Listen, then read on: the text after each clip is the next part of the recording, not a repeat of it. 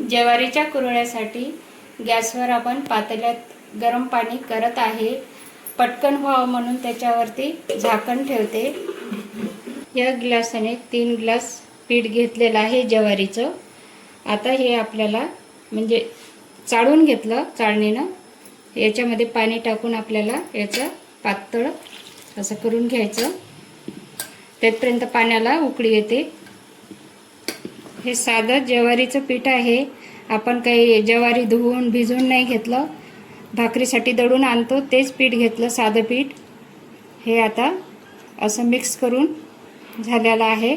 तेथपर्यंत आपल्या पाण्याला उकळी पण येत आहे। पूर्ण आपलं ज्वारीचं पीठ मिक्स करून झालेलं आहे। गाठी एकही नाही राहिलेल्या। बघा असं करून घ्यायचं आहे। गाठी राहिल्या की मग ते व्यवस्थित दिसत नाही कुरडई टाकताना।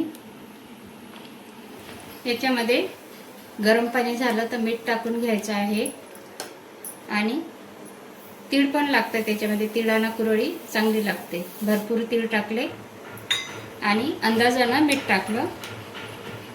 आता आपण पाणी पण अंदाजानंच घेतलं, जसं लागलं तसं आपण ॲड करू। गरम पाणी काढून ठेवलेलं आहे।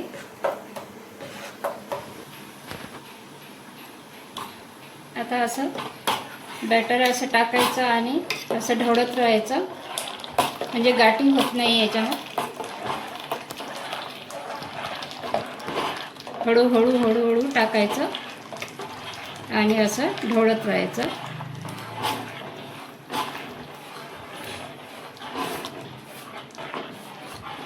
असं ढवळत राहायचं।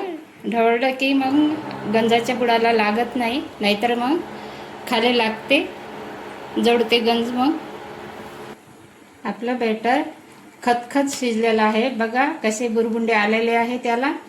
हे नेहमीच असं ढवळत राहावं लागते। ढवळलं की गुठळी पण होत नाही आणि गंजाला पण खाली बुडाला लागत नाही।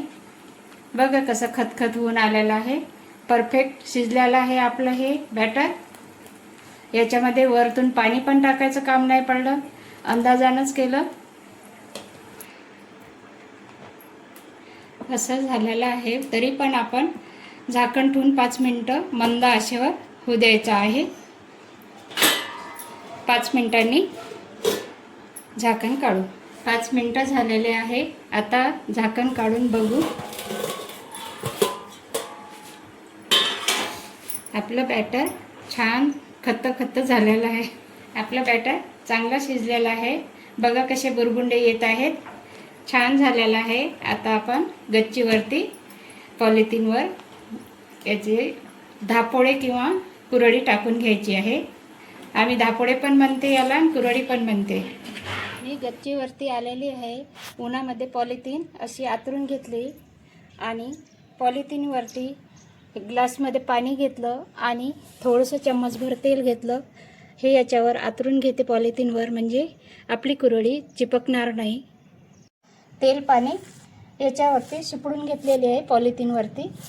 हे असं पसरवून घेतलं की याच्यावरती कुरडी चिपकत नाही। हे वरती घेऊन आलेलं आहे। याच्यामधलं मी थोडं याच्यात काढून घेते। थोडं थंड पण होऊ दिलं। पॉलिथिनवरती टाकायचं म्हणल्यावर वाफ जाऊ द्यावं लागते, एवढं गरम नाही टाकायचं।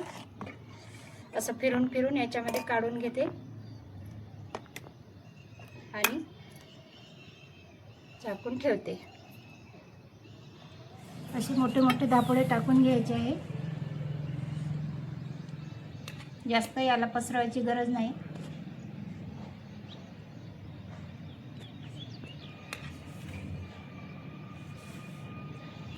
आणि खेड्यावर राहत होतं त्यावेळेस पैसाच्या पानावरती धापोळे टाकायचं।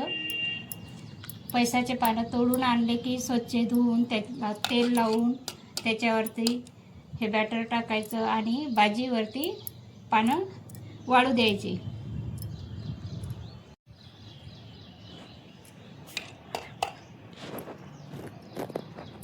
अशा प्रकारे आपले धापोळे टाकून झालेले आहे। आता याला चांगलं ऊन लागू द्यायचं। वाळलं एक बाजू वरती, हे वाळलं की वरती येते, थोड्या आल्या की उलटून दुसरी बाजू वाळू द्यायच्या। 2 दिवस चांगल्या कणकण उन्हातनी वाळू द्यायच्या.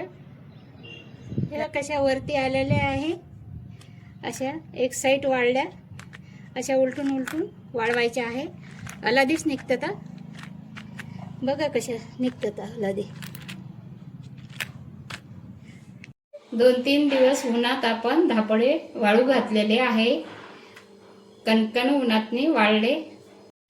आता मी हे धापडे तळून घेत आहे. तेल गरम करायला ठेवलेलं आहे. या तेलामध्ये तळून घ्यायचे. तेल गरम झालेलं आहे. बघा कशी फुलते. छोटे छोटे टाकले आपण, पण कसे फुलले, मोठी झालेली आहे. एकदम कुरकुरीत लागते ही कुरळी. सर्व तळून घेऊ आपण. हे खूप छान लागतात चहा सोबत किंवा असं टाइमपास नाश्त्याला पण छान लागते. अशा प्रकारे तळून झालेले आहेत धापुडे. खायला कुरकुरीत, चहा सोबत मस्त आणि उन्हाळ्याचे धापुडे वर्षभर टिकणारे आहेत.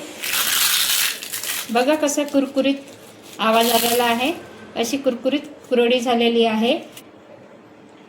वर्षभर टिकणारी ही रेसिपी तुम्हाला कशी वाटली ते तुम्ही मला कमेंटमध्ये नक्की सांगा. आणि व्हिडिओला लाईक शेअर करायला विसरू नका.